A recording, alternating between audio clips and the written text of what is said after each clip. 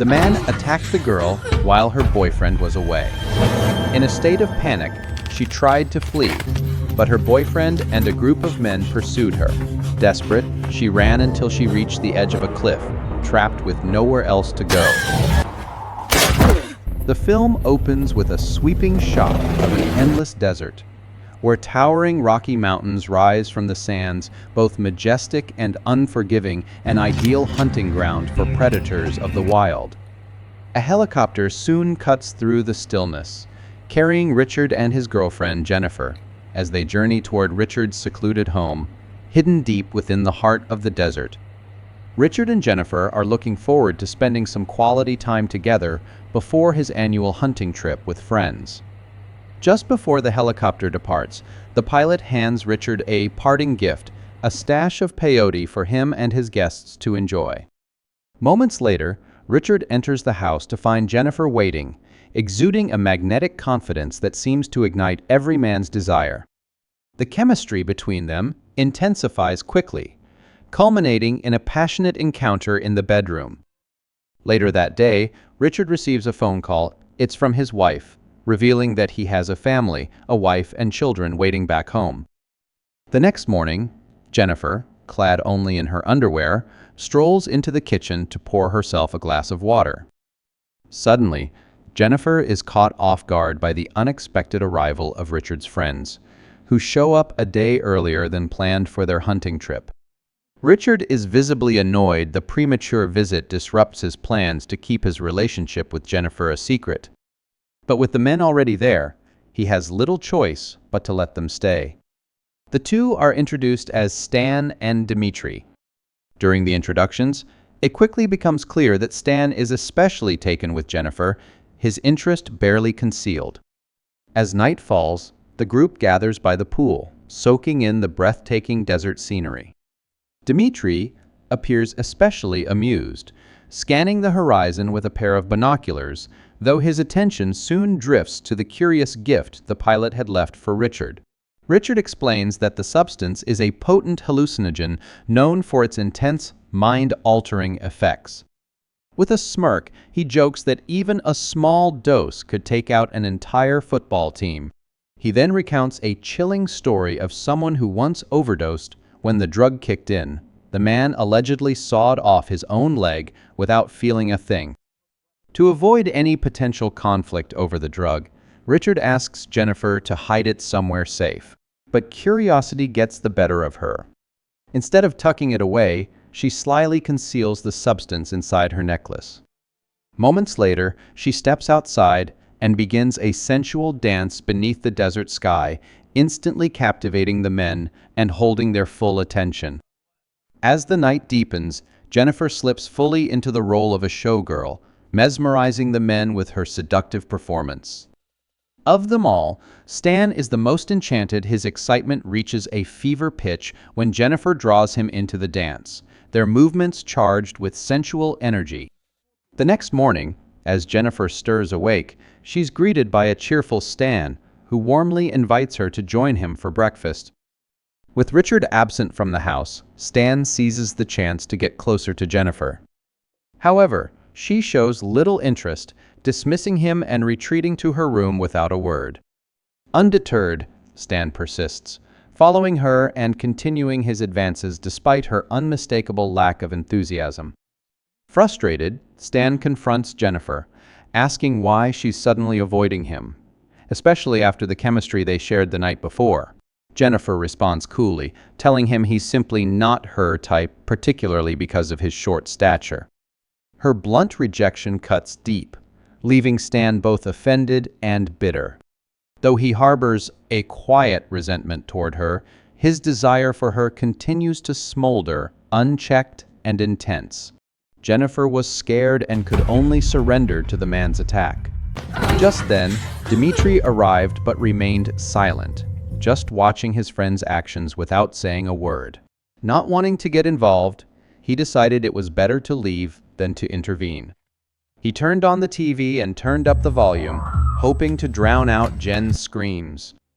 A few hours later, Richard returns home and is immediately unsettled by the heavy silence between his two friends. Stan casually mentions that there's been a minor issue with Jen, but offers no further details. Concerned, Richard heads to check on her, only for Jen to urgently plead with him to call a helicopter, insisting she must leave and go home right away. Seeing his mistress in tears, Richard immediately understands what has occurred. He steps out of the room, angrily reprimanding his friends for their actions. When Jen regains consciousness, she urgently insists on going home. With a composed tone, Richard reassures her that his friends will come to apologize and informs her that he has given her a substantial sum of money to help her forget the whole ordeal.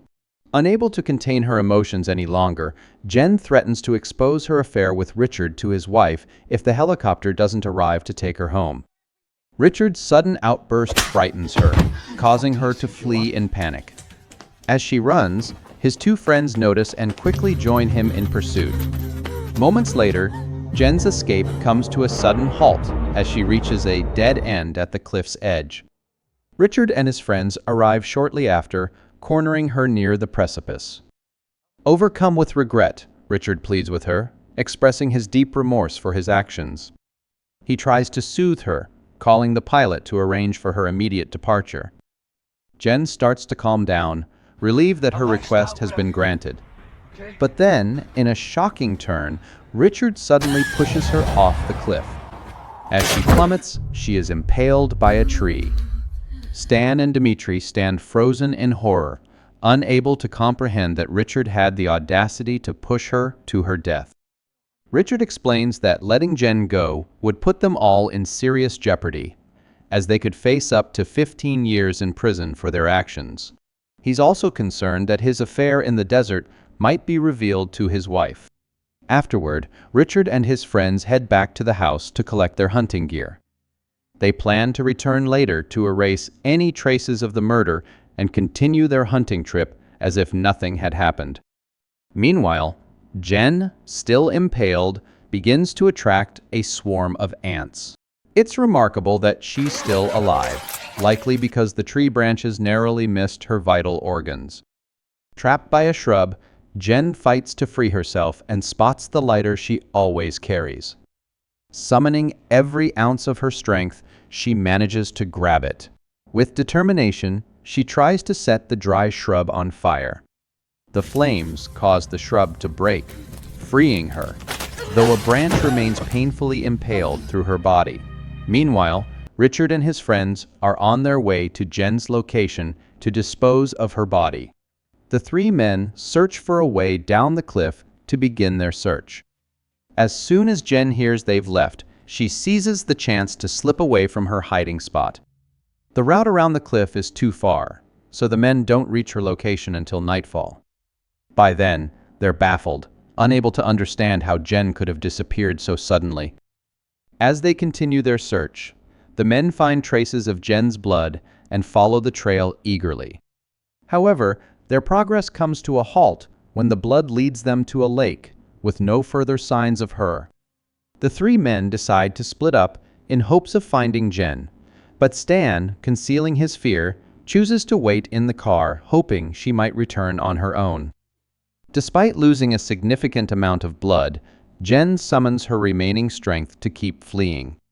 From a distance, she hears the sound of a vehicle searching for her. In a panic, she dives underwater, holding her breath as she waits. Dmitri arrives on his quad bike, but after finding no trace of Jen, he reluctantly leaves. When Jen reaches the shore, she spots Dmitri not far off. Seeing an opportunity, she notices he has left his rifle next to his vehicle. Caught off guard, Dmitri tries to calm Jen, who is clearly intent on killing him. However, to her dismay, she quickly realizes that Dmitri had purposely lured her in by placing an unloaded weapon far from himself. Dmitri quickly contacts his two friends, but decides to torture Jen before taking her to them. However, Jen seizes the opportunity to grab the knife from Dmitri's pocket. In a desperate act of self-preservation, she stabs him, killing him and leaving his body in the lake. With his equipment now in her possession, Jen resumes her escape. However, Her escape is cut short when the vehicle she's riding runs out of gas. With no other choice, Jen is forced to continue on foot, the branch still embedded in her stomach. Not far ahead, she comes across a cave and decides to take shelter. Though the brief rest offers some relief, the pain from her wounds remains agonizing, too severe to treat properly. As Jen glances at the necklace around her neck, a sudden memory surfaces. She remembers the narcotics she had hidden there days earlier. She also recalls just how potent their effects can be. Without hesitation, she swallows the drugs, grimacing at the bitter taste, knowing she desperately needs their impact. Moments later, a strange sensation begins to course through her body, something powerful and unexplainable. The hallucinogenic effects of the narcotics soon set in, and Jen begins to hear disembodied voices and see vivid, intense hallucinations. In a semi-conscious daze, she instinctively begins preparing an emergency treatment for her wound. Numb to the pain, she musters the strength to perform an excruciating act, driven not by willpower alone, but by the absence of agony she can no longer feel. As the knife cuts through the skin of her abdomen, Jen stays eerily calm, her face showing no sign of pain. After successfully removing the branch lodged in her stomach, she heats a tin can and presses it firmly against the wound to cauterize it and stop the bleeding. The next day, the scene shifts to Stan, still asleep in the Jeep. Meanwhile, Richard, having failed to locate Jen, returns with game from the hunt and tosses a dead animal into the area in frustration. At this point, they remain unaware of Dimitri's death. After waking up, Stan walks to the lake to wash his face only to be stunned when Dimitri's lifeless body surfaces from the water. While Richard reacts with open fury, Stan suppresses his emotions, silently wrestling with the shock and grief of losing his best friend. It doesn't take him long to conclude that Jen is behind Dimitri's death. With no other choice, they are forced to dispose of their friend's body in the lake. Afterward, Richard vents his frustration, blaming Stan for not accompanying Dimitri earlier and instead choosing to stay behind in the car. They leave the scene, already plotting new ways to track down Jen. Meanwhile, Jen, now recovering from her injuries thanks to her earlier treatment, gathers her strength. She retrieves the bird emblem from the beer can she used to cauterize her wound and, gripping her rifle, charges out of the cave ready for what's next. It turns out to have been nothing more than a nightmare hallucinations brought on by the drugs, forcing Jen to relive her trauma again and again. But when she finally regains full consciousness, she steels herself to move forward. This time, her goal isn't survival, it's revenge. The woman who once seemed fragile has now transformed into a fierce, determined force, unshaken and unafraid. Fueled by raw emotion and armed with a shotgun, Jen begins her hunt for Richard and Stan across the vast desert. Meanwhile, the two men stumble upon the abandoned quad bike Jen had used and agree to split up to cover more ground. Richard heads out first, while Stan, still aching from the pain in his nose, pulls out a mirror to inspect the damage. Unaware, Stan's reflection in the mirror betrays his location to Jen. Without hesitation, she begins to track him, undeterred by her bare feet and lingering injuries. As Stan drives through the desert, his vehicle gradually runs low on fuel. Spotting her chance, Jen raises her weapon fitted with an 8x scope and takes aim at Stan. Though she has no experience, she concentrates intensely, targeting his vital areas. The shot only grazes his shoulder, but his scream of pain confirms the hit. When Jen stands up to reposition herself, she realizes Stan has already vanished from sight. Jen follows the trail of blood across the desert, determined to track down the man who raped her. Meanwhile, a wounded Stan uses a sock to bind his shoulder, trying to slow the bleeding. But the trail eventually runs cold, and Jen finds nothing more than one of his discarded shoes. Unbeknownst to her, Stan is hiding nearby, quietly loading his weapon, ready to ambush her from behind. Despite his best efforts, Stan struggles to aim accurately, his gunshot wound making it difficult to steady his weapon. When he fires, the bullet misses its mark, grazing Jen's ear. Already injured, Jen wastes no time. She bolts, sprinting away as Stan continues to fire at her. In a desperate move, she grabs a shard from a broken torchlight and uses it to try and block his pursuit. Luckily for Jen, the glass shards wound Stan, leaving him limping as he struggles to pull the jagged pieces from his feet. Once he finally removes them, he realizes he's in no condition to keep running. Undeterred, he turns back toward the car, determined to continue the chase by any means necessary. Stan's leg injury makes it hard for him to press the accelerator, but fueled by rage, he pushes through the pain. Meanwhile, Jen finally takes down the man who raped her, ending his life at last. As she assesses Stan's condition from a distance, a voice crackles through the walkie-talkie. It's Richard. The sound of him reignites her fury, a stark reminder of the man who nearly destroyed her. On the other end, Richard seethes with frustration and disappointment, still unable to track her down. When Stan fails to appear at the designated meeting point and ignores repeated calls over the walkie-talkie, Richard grows increasingly frustrated. Drained and on edge, he decides to head back home. Upon arrival, the strain of the situation is written all over his face, stress mounting with every passing moment. As the silence stretches on, a chilling thought creeps in. Stan hasn't returned because Jen may have killed him. Richard makes plans to leave the desert, contacting the helicopter pilot to arrange a pickup. After cleaning himself up, he begins preparing to depart. But just as he's about to head out, a strange noise catches his attention. Despite being completely naked, his instincts kick in, and he cautiously moves to investigate the source of the sound.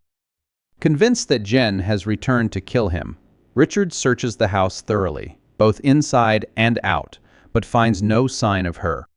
Just as his tension begins to ease, the sudden blare of the TV jolts him.